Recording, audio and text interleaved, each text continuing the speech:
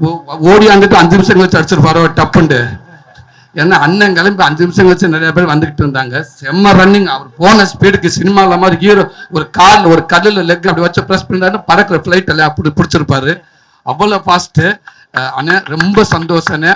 அதான் சொன்னாங்க அவருடைய சூர்யா அண்ணன் சொன்னார், ஒரு நாள் கூட மிஸ் பண்ணப்பட்டா. யாரும் பிஸ்னஸ்னு பேச வந்து ஃபஸ்ட்டு நல்லா ஓடுவியா, உடல் ஆரோக்கியம் இருக்கா, போய் என்ன கிரவுண்டுன்னு ஒய்எம்சி கிரவுண்ட் போய் ஓடுன்னு சொல்லுவார். அந்த கிரவுண்டில் வந்து அண்ணனுக்கு லெட்ரு கிட்டு எது வந்தாலும் அந்த ஒய்எம்சி கிரவுண்டு கிட்டே வருது.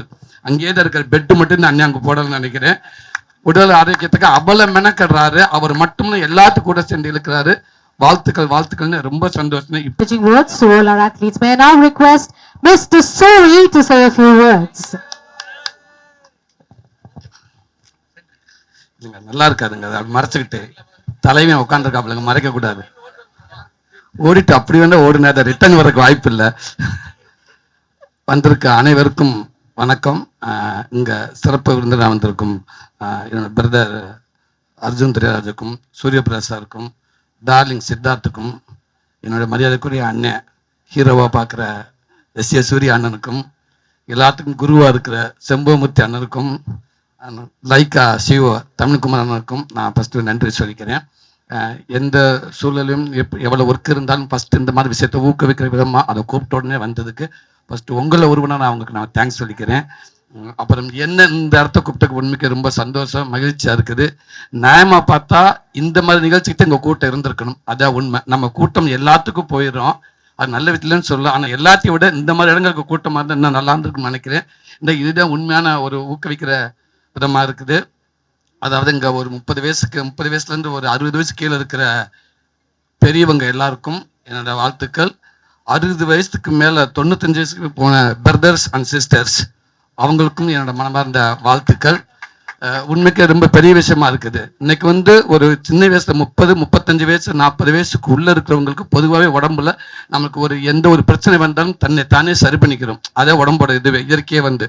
ஆனால் 50 வயசுக்கு மேலே தான் கண்டிப்பாக அது எல்லாமே அந்த தன்மையில குறைஞ்சிரும். ஆக மொத்தம் 50 வயசுக்கு மேலே 60 வயசுக்கு மேலே தான் நமக்கு உடல் ஆரோக்கியம் ரொம்ப தேவைப்படுது. அப்படி இருக்கிறப்ப இங்கே கலந்துக்கிட்ட அத்தனை பேரும் உண்மைக்கு வேற லெவலில் இருந்தாங்க.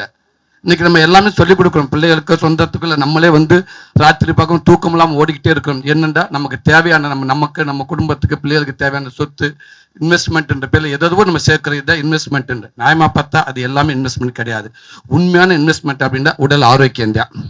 அதுக்கப்புறம் தான் எல்லாமே இன்வெஸ்ட்மெண்ட்டு. அந்த இன்வெஸ்ட்மெண்ட் நம்ம சேர்க்குற எல்லாமே எப்போ வேண்டாம் நம்மகிட்ட இருந்து போகலாம். நேற்று வேற ஆளோட இன்னைக்கு நம்ம நாளைக்கு யாரோடது எப்படின்னா போகலாம். ஆனால் நம்மகிட்ட இருந்து போகாத ஒன்று ஆரோக்கியம் மட்டும்தான். அந்த ஆரோக்கியத்துக்காக நம்ம எவ்வளோ மெனக்கடன்றது ரொம்ப முக்கியம். அதை ஊக்குவிக்கிற விதமாக இன்னைக்கு இவங்க இவ்வளோ பேர் கலந்துக்கிட்டு, அது இந்த 95 வயசில் உண்மைக்கே மதிப்புக்கு மரியாதைக்குரிய தங்க அப்பத்தாவுக்கு வாழ்த்துக்கள்.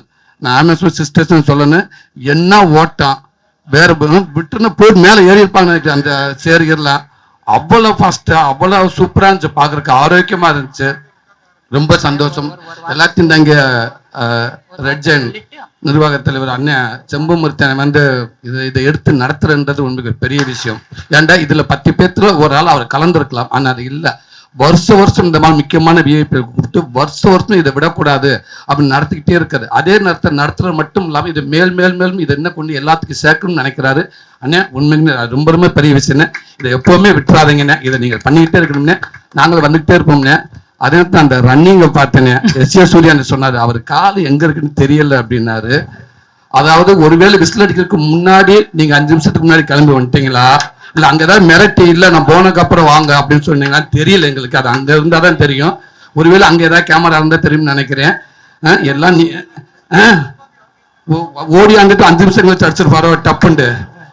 ஏன்னா அண்ணன் கிளம்பி 5 நிமிஷம் கழிச்சு நிறைய பேர் வந்துகிட்டு இருந்தாங்க. செம்ம ரன்னிங். அவர் போன ஸ்பீடுக்கு சினிமாவில் மாதிரி ஹீரோ ஒரு கல்லில் லெக் அப்படி வச்சு ப்ரெஸ் பண்ணிட்டாரு, பறக்கிற ஃப்ளைட் எல்லாம் அப்படி பிடிச்சிருப்பாரு.